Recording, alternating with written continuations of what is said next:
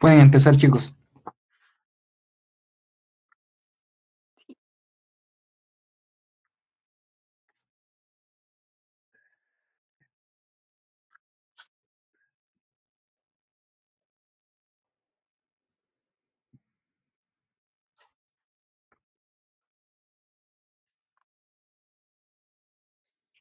Doctor, ¿qué tal? ¿Cómo está? Buenas noches. Buenas Eh, noches. bueno, yo voy a comenzar a exponer. Siguiente, por favor, Cherson. Bueno, a mí me toca la parte de funciones del agua y los electrolitos. En cuanto a funciones del agua, voy a mencionar unas cinco. Tenemos el medio de transporte. ¿Y por qué es medio de transporte? Porque se encarga del movimiento de nutrientes, gases, que pueden ser oxígeno o dióxido de carbono. Aparte de las hormonas o desechos metabólicos, también nos ayuda a la regulación térmica, que participa en la termorregulación a través de la sudoración y de la vaporización.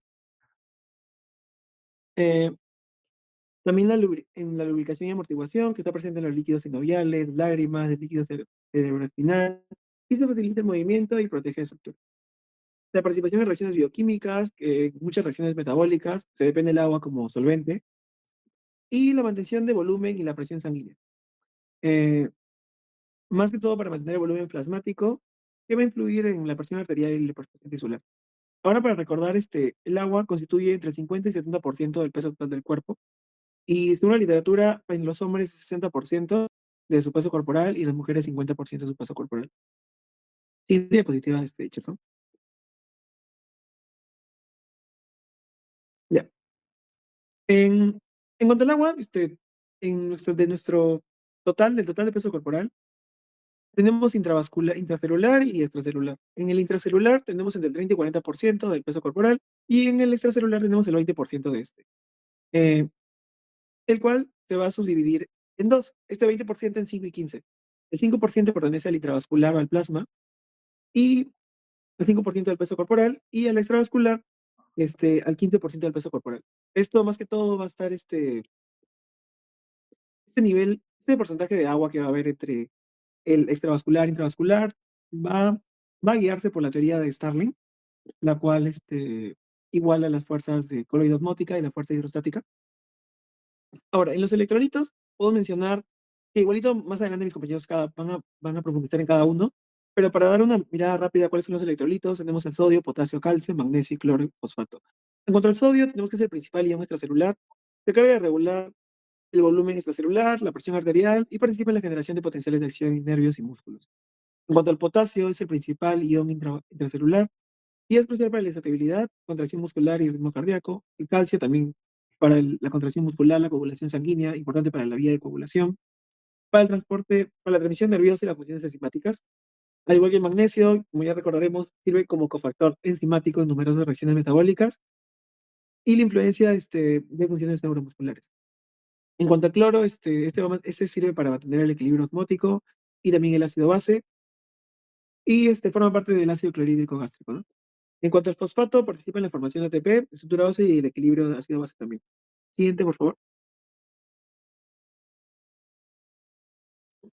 Ahora voy a mencionar dos mecanismos principales de regulación, los cuales son los hormoreceptores hipotalámicos, los cuales principalmente son el hipotálamo. Y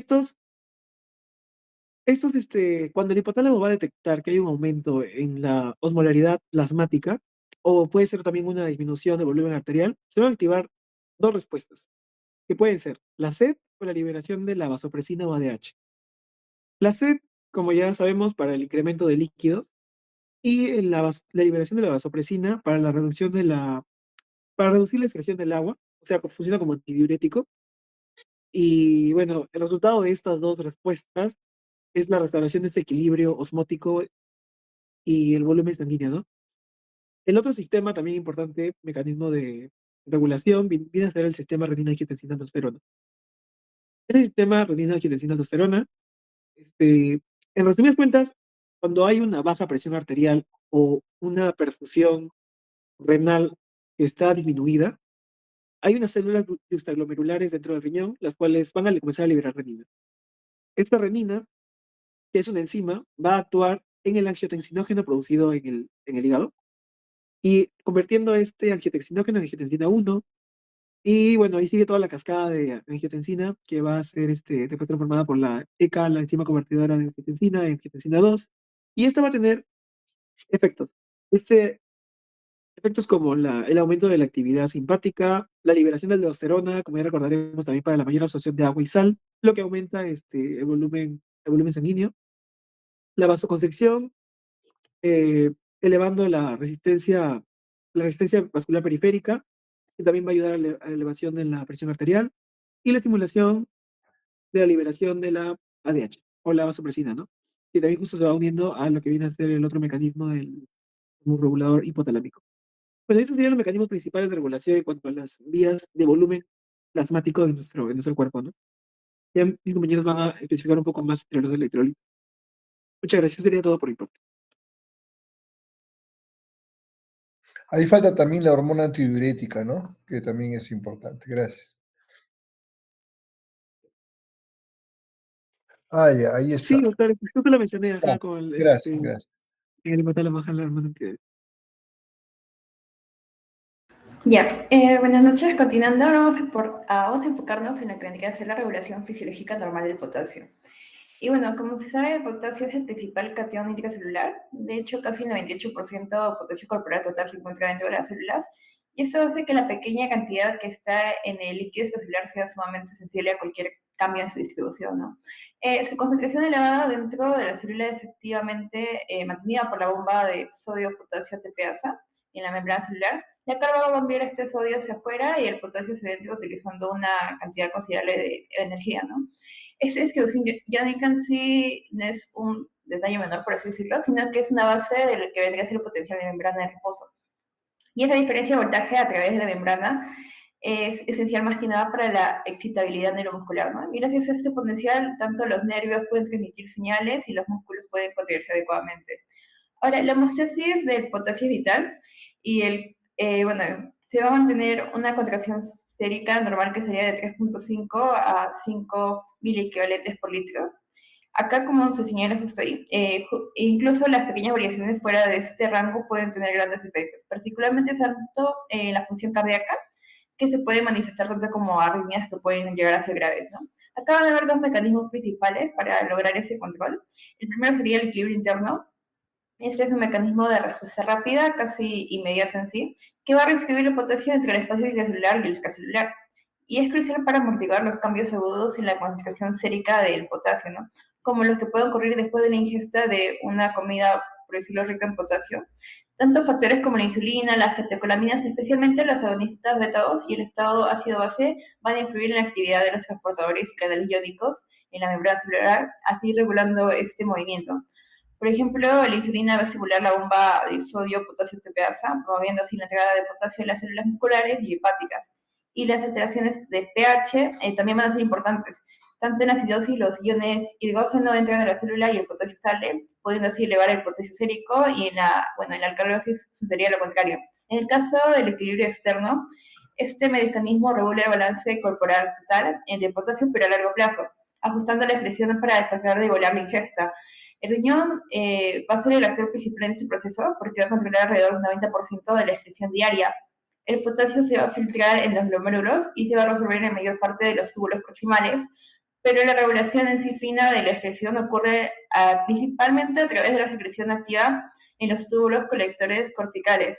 Acá la hormona aldosterona va a jugar un papel importante, ya que al aumentar la expresión y la actividad de los canales y bombas va a favorecer esta secreción renal de potasio, y así va a ser esencial para la eliminación del exceso de potasio de la dieta.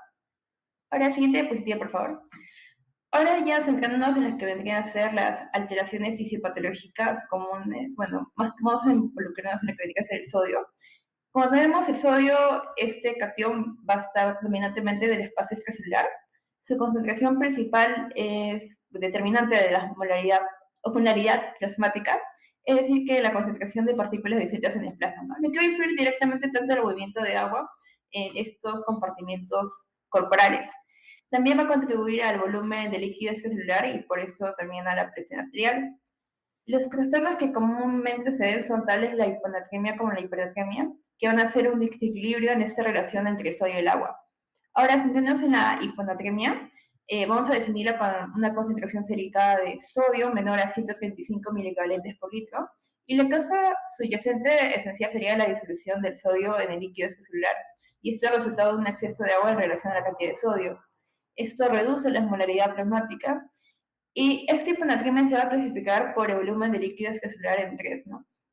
Podemos verlas en los estados hipovolémicos, donde se pierde tanto sodio como agua, pero la pérdida de sodio es relativamente mayor, o la reposición, o la reposición ha sido solo con agua, ¿no? En estados euvolémicos, este volumen total es normal, pero hay un exceso inapropiado de agua libre, tales como el caso del síndrome de la secreción inapropiada de la hormona antidiurética, donde debe haber un exceso de esta hormona antidiurética, ¿no? Y en los estados hipervolémicos, donde hay un aumento tanto de sodio como de agua, pero el aumento de agua es proporcionalmente mayor, como en los casos de la insuficiencia cardíaca congestiva, la cirrosis hepática o el síndrome nefrótico. Los síntomas principalmente van a ser los neurológicos así, ya que esta baja osmolaridad extracelular causa que el agua se mueva hacia las células cerebrales, lo que va a generar un edema cerebral. Y esto se manifiesta con síntomas tales como la cefalea leve, convulsiones e incluso casos de coma, ¿no? El punto crítico, más que nada, el manejo que se indica es corregir lentamente esta hiponatremia para evitar el daño neurológico, que se puede ver justo como los casos, ¿no? Bueno, y en el caso de la hiponatremia en sí, va a ser justo cuando estos niveles son superiores a 145 miligramos por litro, y esta condición casi siempre indica que hay un déficit de agua en el cuerpo en relación con el contenido total de sodio. Acá la fisiopatología central sería la deshidratación celular, que a medida que el agua sale de las células hacia el espacio extracelular hipertónico, afecta particularmente a las células cerebrales, ¿no? Causando, las causas comunes incluyen en sí la pérdida de agua libre, en el caso de la diabetes central, insípida central o nefrogénica, donde va a haber esa alteración de la acción de la antidiurética sobre el riñón, o por pérdidas insensibles. También puede ser por la ingesta insuficiente de agua. Hoy menos frecuente sería una ganancia excesiva del sodio. Los síntomas en sí también van a ser neurológicos, relacionados más que nada con la contracción cerebral, e incluyen una sed intensa, letargo, debilidad, irritabilidad, incluso en casos severos también puede ser las convulsiones. Y el manejo principal es justo reponer el agua de manera gradual, para permitir que las células se adapten, ¿no? Y bueno, eso sería toda disposición.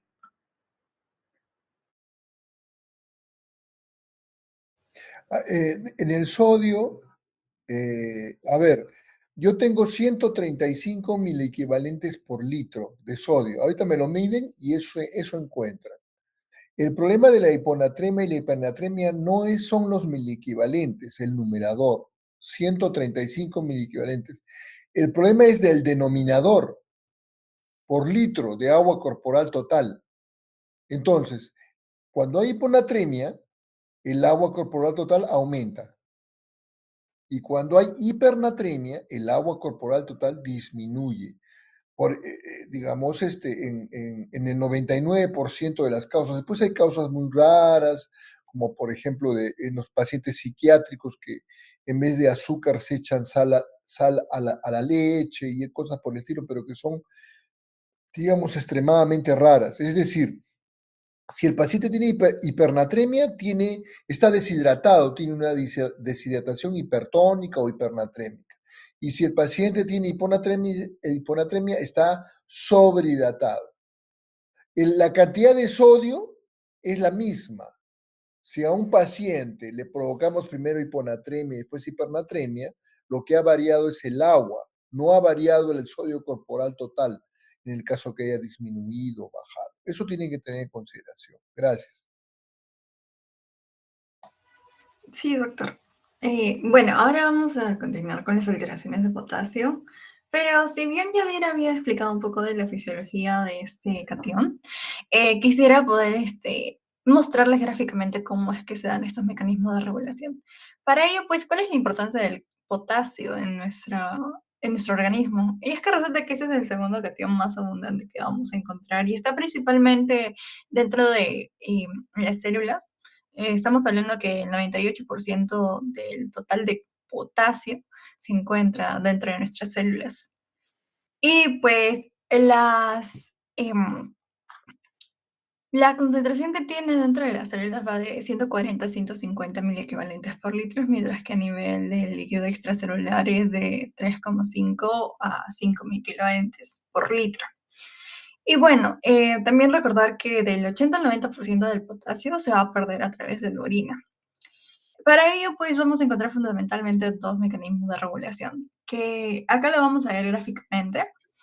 Lo que pasa es que, a diferencia de otros iones, el potasio tiene una regulación renal particular, porque si bien el potasio se va a filtrar a nivel de los glomérulos, lo que va a pasar es que se va a reabsorber en el túbulo contorneado proximal y también a nivel de la rama ascendente gruesa de la sede Henle.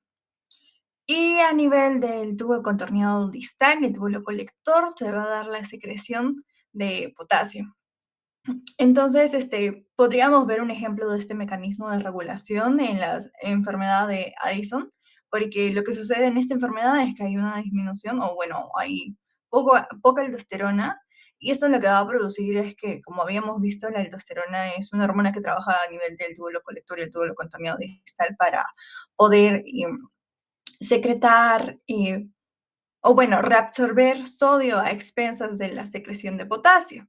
Y entonces, si no hay la aldosterona en las cantidades suficientes para cumplir esta función, lo que va a producirse es que el paciente, pues, no termine reabsorbiendo sodio y con ello, pues, una mayor concentración en la sangre de potasio. Y es por ello que en este caso vamos a encontrar una hipercalemia.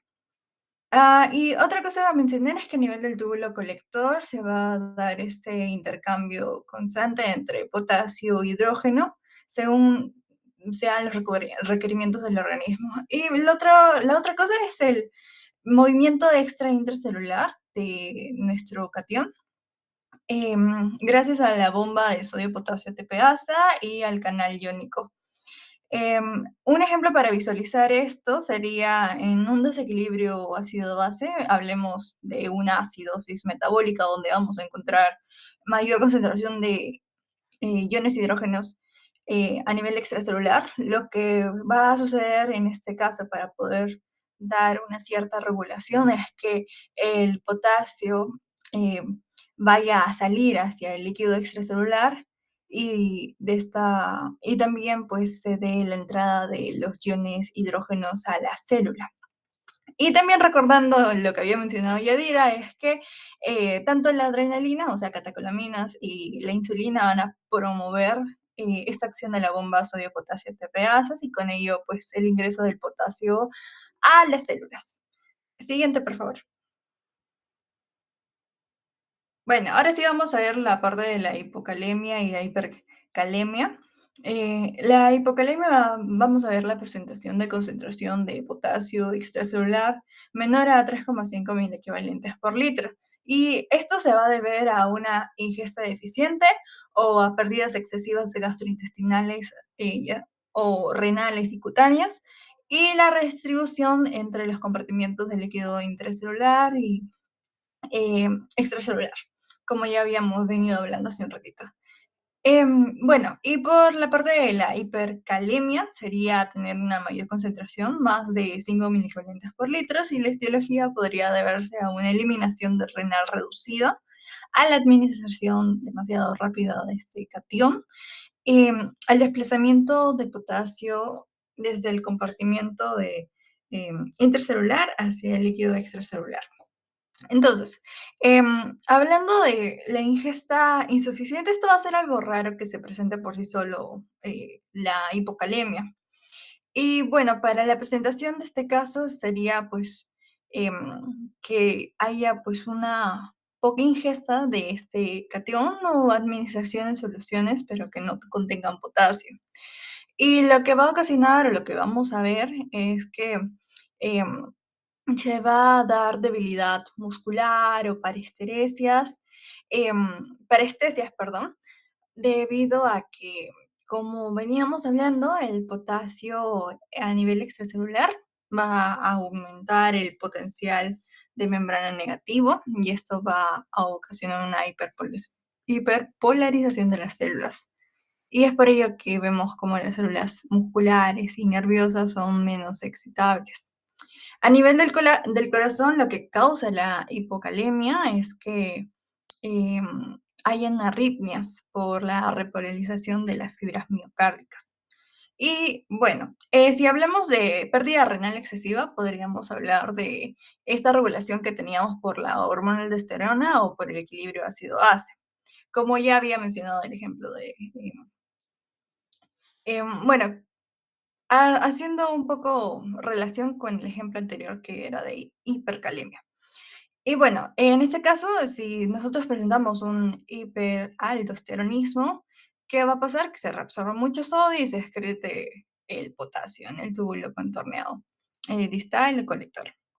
Y por otra parte, el uso de fármacos diuréticos, excepto los que sean pues ahorradores de potasio, que también van a incrementar esta excreción.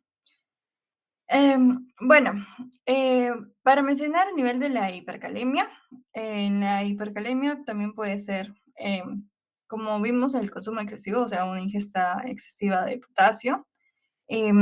Para hablar también de otra causa que es la eliminación insuficiente em, la eliminación insuficiente de este catión a nivel, por los riñones, como por ejemplo sería la insuficiencia renal.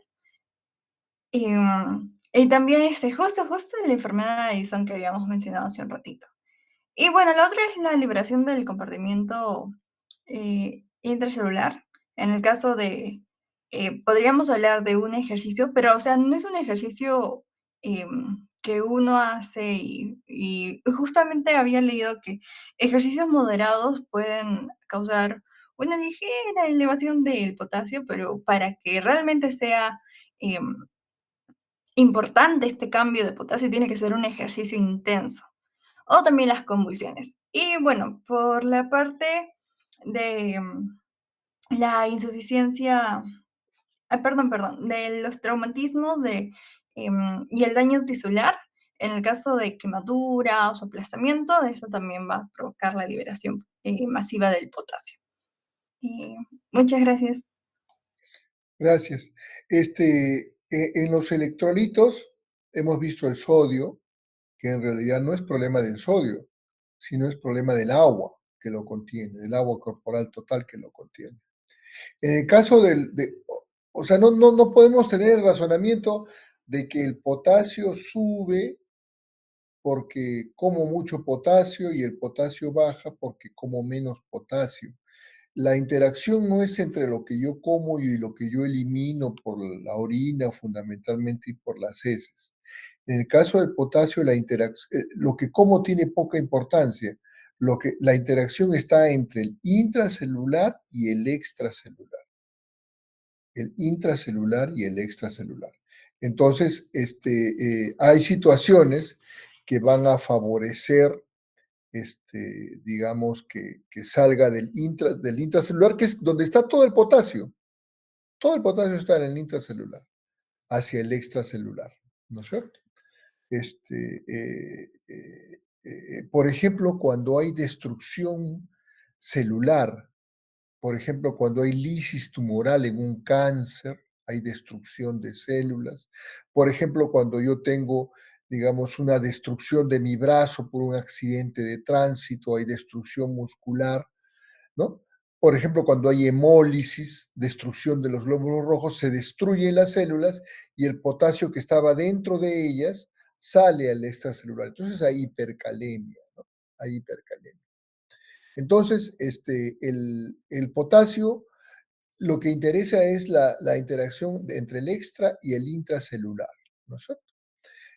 Lógicamente, cuando hay insuficiencia renal, disminuye la excreción, entonces esta interacción entre el intra y el extracelular no va a ser suficiente, entonces el potasio se va a elevar en el extracelular. Lo que me da síntomas, molestias, es la concentración extracelular, ¿no? Que es la menos importante, pero es la más, digamos, sensible, es la menos importante desde el punto de vista cuantitativo, pero es la más sensible a cualquier cambio, a cualquier variación, ¿no? Gracias. Sí, buenas noches, doctor. Compañeros, yo voy a hablar sobre lo que es el otro electrolito que implicaría el calcio, que es pues el segundo catión divalente más abundante en el organismo. Este lo vamos a encontrar en su mayoría, casi el 99% a nivel de los huesos, pero encontramos otro 1% que se va a encontrar a nivel sanguíneo. Y esto puede encontrarse de tres formas, ¿no? Uno que va a ser de manera libre o ionizado, que esto de acá es la que tiene la acción metabólica, y pues es aproximadamente el 50% de ese 1% que queda en la sangre. De ahí tenemos el calcio que se encuentra unido a proteínas, que va a representar el 40%. Es la proteína generalmente a la que se une, pues es la albúmina. Y también tenemos el calcio complejo con aniones, que es un 10%. Bueno, este se une y forma fosfato, lactato, etc. Al fosfato, lactato. Bien, entonces, volviendo al tema, tenemos, pues, ya mencioné que el calcio libre o ionizado es aquel que tiene sobre todo la acción metabólica. Y pues, esta es la que va a participar en lo que es los procesos fisiológicos que, pues, voy a mencionar ahora. Primero, pues, empezando con lo que es la excitabilidad neuromuscular, también lo que es la contracción muscular, lo que es la coagulación, la liberación de neurotransmisores, también la función enzimática intracelular y la mineralización ósea. Y bueno, para poder remarcar acá un poquito, podría ser pues en cuanto a lo que es la liberación de neurotransmisores, ya que podemos ver que cuando hay un ingreso de calcio, ¿no? a las células, el neurona presináptica, lo que va a hacer es que esta de acá va a permitir la salida de las vesículas que van a contener justamente, ¿no? a estos neurotransmisores. De manera análoga van a funcionar en el caso de las células que secretan hormonas. También tenemos, pues, en el caso de la función enzimática intracelular, pues recordemos que el calcio es un importante segundo mensajero que va a mediar el inicio de diversos procesos fisiológicos propios de la célula. Ya. En cuanto a la homeostasis, lo que ocurre es que pues, el calcio va a necesitar estar en concentraciones séricas dentro de diferentes rangos. Primero acá tenemos el calcio sérico total, que hace alusión a la suma de todos los calcios, el calcio libre, el calcio unido a proteínas y el calcio de complejo con aniones. Y este se debe encontrar dentro del rango de 8.5 a 10.5 miligramos por decilitro. Y de ahí tenemos propiamente al calcio ionizado, que pues es el 50% del calcio sérico total, que debe encontrarse dentro del rango de 1.1 a 1.3 miligramos por decilitro. Bien, en cuanto a su regulación, pues podemos mencionar un eje hormonal trifásico.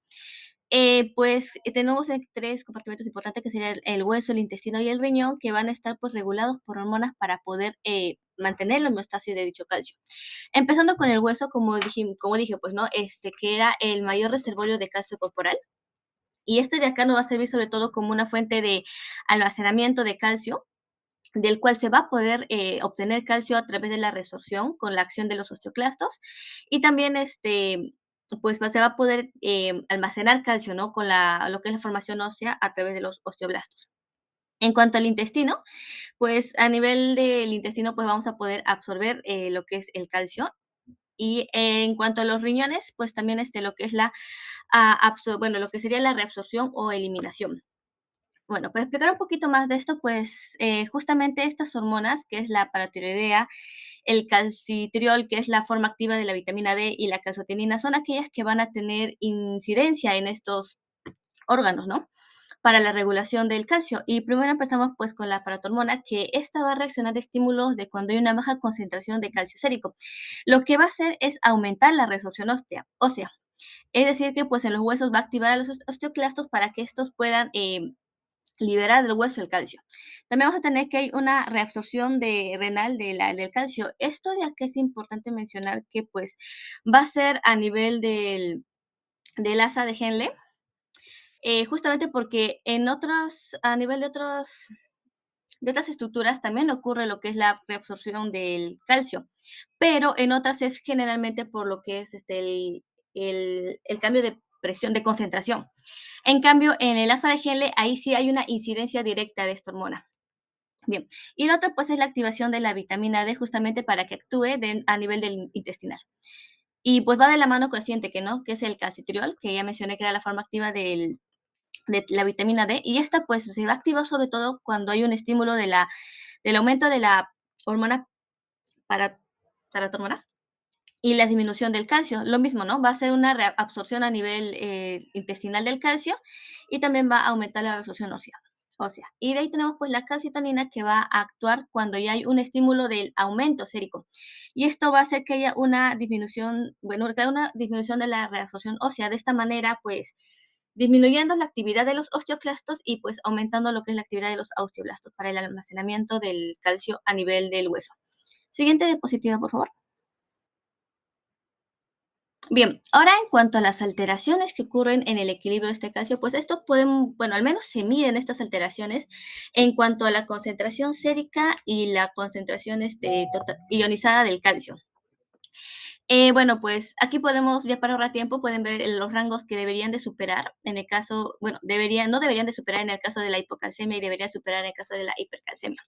Bien, bueno, volviendo acá en la hipocalcemia, pues podemos destacar de diferentes causas que tiene, podemos destacar que hay como una de ellas al hipoparatiroidismo, que pues esto va a implicar que haya una disminución de la producción de la paratormona.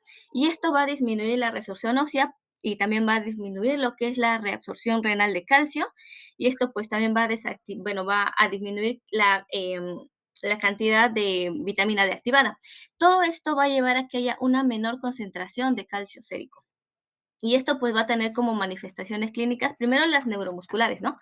En cuanto a la tetania, pues, ¿qué va a ocurrir? Que al haber una menor concentración de calcio, el umbral de excitación de las fibras nerviosas se van a ver reducidas, ¿no? Y esto va a generar una contracción muscular involuntaria. En cuanto a las parestesias, es parecido, ¿no? Va a haber el calcio ionizado, no va a hacer que el umbral de excitabilidad se vea alterado y produzca una hiperexcitabilidad, lo cual va a generar un potencial de acción espontáneo, ¿no? Dando la sensación esa de hormigueo, de adormecimiento. En cuanto a los signos de Chvostek y Trousse, el primero es se hace de manera, la manera de hacerla es que se palpa al nivel de la parte anterior al oído. Se hace una palpación, ¿no? Como una percusión. Y esto de acá, si es que estamos en un cuadro de hipocalcemia, va a conducir a que pues los músculos faciales también presenten como que una contracción espasmódica. Es decir, acá palpamos delante del oído y entonces los músculos faciales van a espasmarse, ¿no? Y pues esto se va a deber a que también va a haber un aumento de la excitabilidad de estos nervios que se encuentran a nivel facial.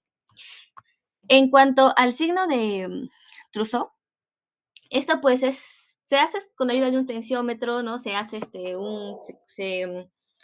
pues se hace la maniobra normal para medir la presión arterial, pero se deja ahí durante 3 a 5 minutos. Y esto va a dar como consecuencia pues una generación de un espasmo conocido como el carpopédico, que pues va a mostrarse como unas contracciones en los músculos flexores de la mano. De esta manera pues van a estar, se van a flexionar lo que son los dedos sobre todo. Bien, en cuanto a las manifestaciones clínicas a nivel cardíaco que vamos a encontrar, podemos destacar lo que es la prolongación del segmento QT. Pues, ¿qué ocurre? Pues de acá, el calcio, su baja concentración, va a influir en la segunda fase, que es la fase pues del potencial de acción del miocito, ¿no? Donde al haber menor concentración va a hacer que esta fase se vea prolongada. Entonces, de esta manera vamos a tener pues una prolongación justamente cuando encontremos del segmento QT. Y esta se asocia a un mayor riesgo de torsales pointes, que es un tipo de arritmia. En cuanto a lo neurológico, pues vamos a encontrar que se va a ver más propensión a convulsiones e irritabilidad. Para destacar las convulsiones, pues sería pues que va a haber un bajo umbral neuronal, lo cual puede desencadenar lo que son descargas eléctricas anómalas, lo que finalmente va a llevar al desarrollo de las convulsiones.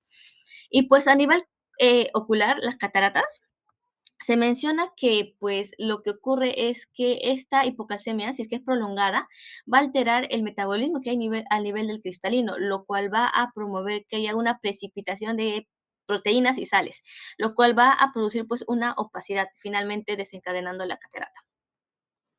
Bien, ahora yendo en cuanto a la hipercalcemia, las causas son básicamente contrarias a lo que fue la hipocalcemia. Primero con un hipotiroidismo primario, pues, ¿no? Que esto va a implicar que la paratormona se va a ver elevada. Por ende, va a estar elevada también la resorción ósea, va a haber una elevada absorción tubular del calcio. Y pues como otra causa también tenemos lo que es la hipercalcemia maligna. Esto implica que hay tumores que pues también segregan lo que es la paratormona, ¿no? Y por ende también va a haber una acción de aumento de resorción ósea y también de absorción a nivel renal.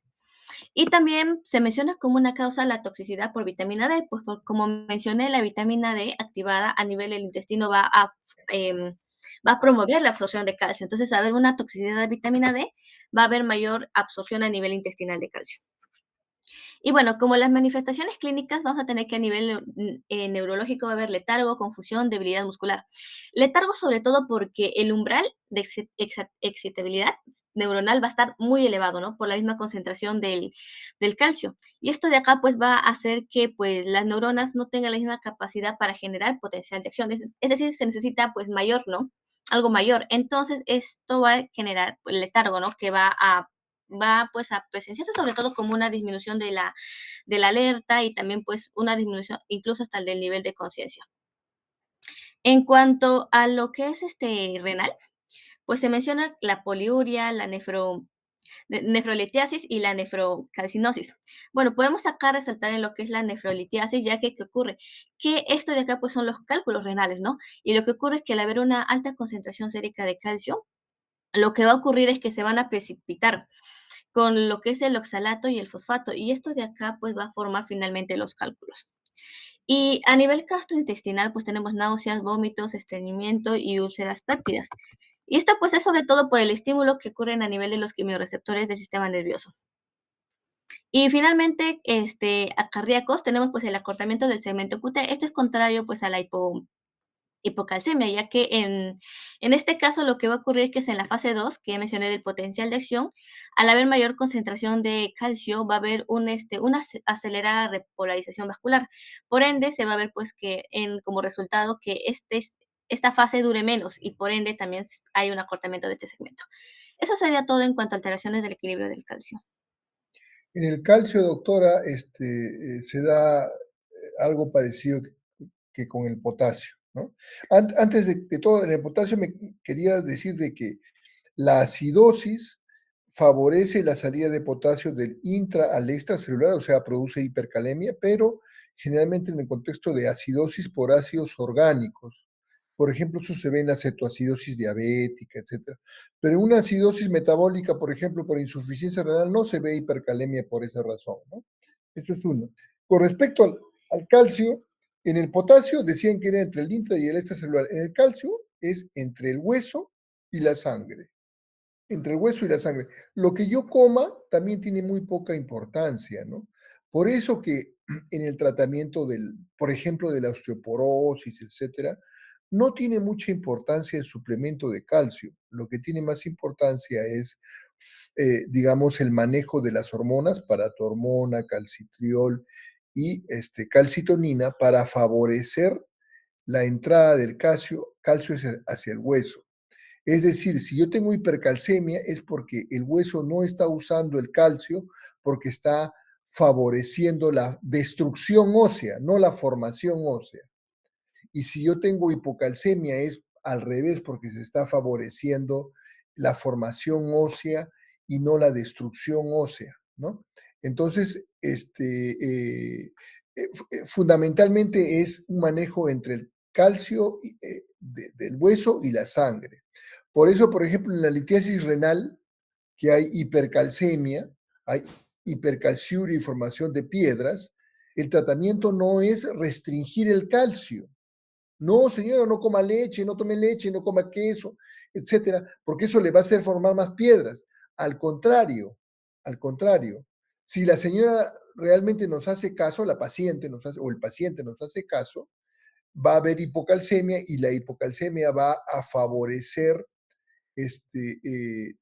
digamos, la secreción de paratormona y de calcitriol, que va a sacar calcio del hueso y va digamos, a provocar una hipercalcemia mucho más importante y con mayor formación de piedras, ¿no? Entonces, no es entre lo que yo como y lo que yo elimino, sino entre el hueso y mi sangre. Gracias.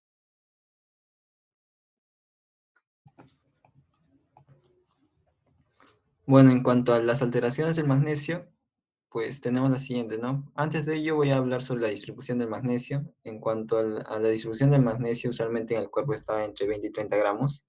Un 60% se encuentra en el hueso ligado a la hidroxiapatita.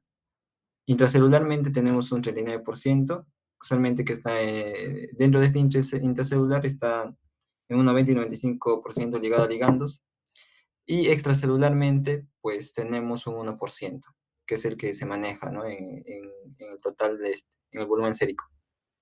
Los rangos se basan entre 1.7 y 2.4 miligramos por decilitro. Este magnesio es el segundo cativo intracelular más abundante después del potasio. Y pues su función principal se encargan del metabolismo energético, la síntesis de proteínas y el buen funcionamiento de los músculos y el sistema nervioso. Ahora, en cuanto a su metabolismo, pues los alimentos que son ricos en magnesio son frutos secos, mariscos, bayas, etcétera. Pues la ingesta varía entre la mujer y el varón. Y esto su absorción respectiva se da pues en el intestino.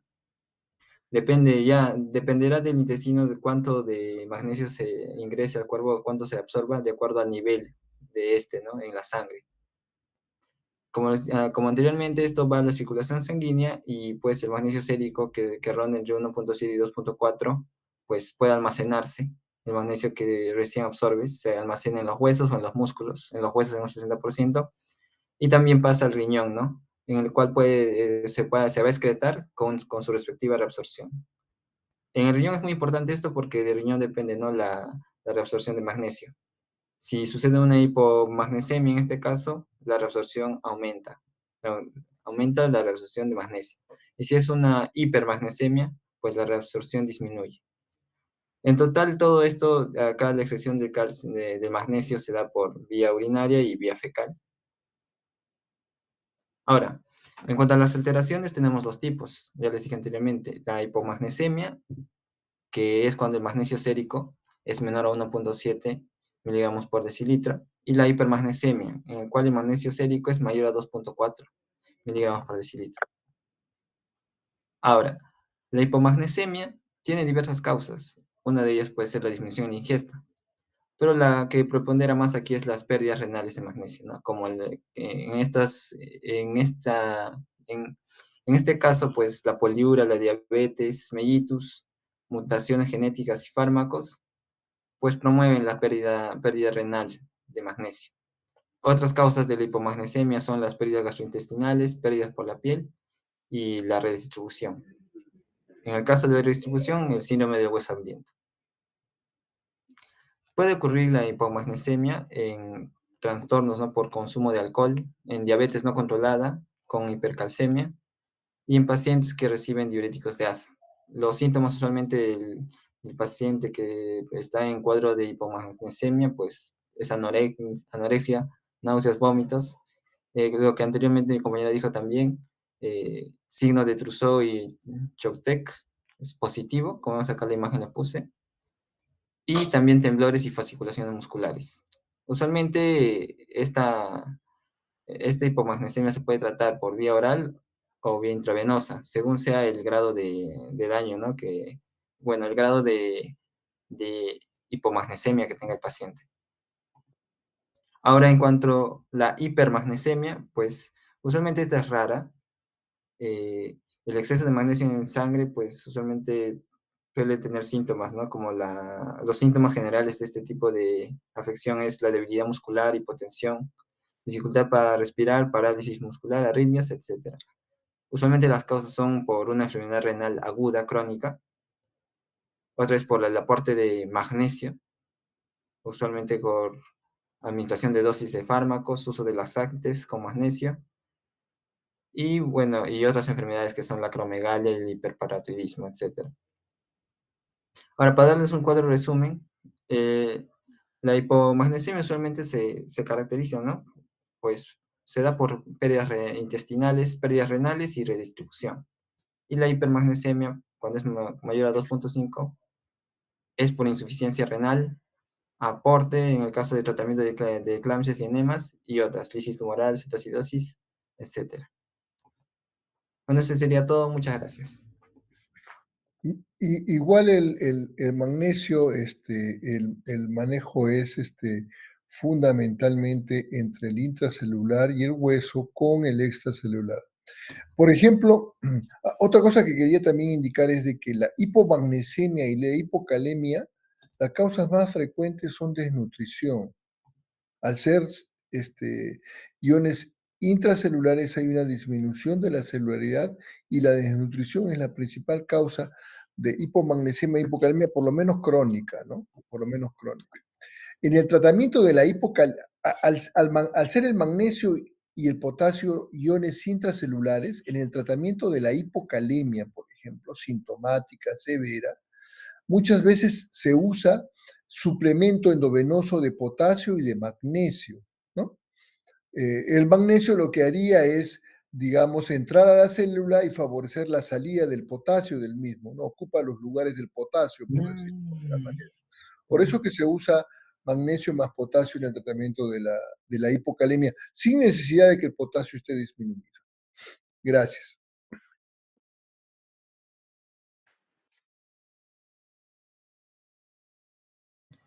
Gracias, doctor.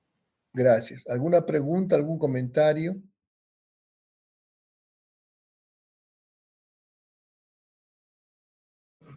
Pues, doctor, fue una clase muy productiva, creo yo. Hice todos mis apuntes, aunque ya creo que mis compañeros ya están debilitados. Yo no estoy debilitado, ¿ah? ¿Quién sigue, por favor? ¿Ah? Bueno, sí, estoy de acuerdo con usted. Ha sido pues una práctica muy productiva. Entonces, aquí terminamos, tengo entendido. Muchas gracias por su atención, muchas gracias por las clases que han presentado. Nos vemos mañana a las 5 de la tarde, ¿de acuerdo? De acuerdo, doctor. Muchas gracias. Sí, Muchas doctor. gracias. Muchas gracias. Muy buenas noches. Que tengan Muchas bonita gracias, noche. doctor. Hasta Gracias, luego. doctor. Hasta luego, doctor. Cuídese. Hasta luego.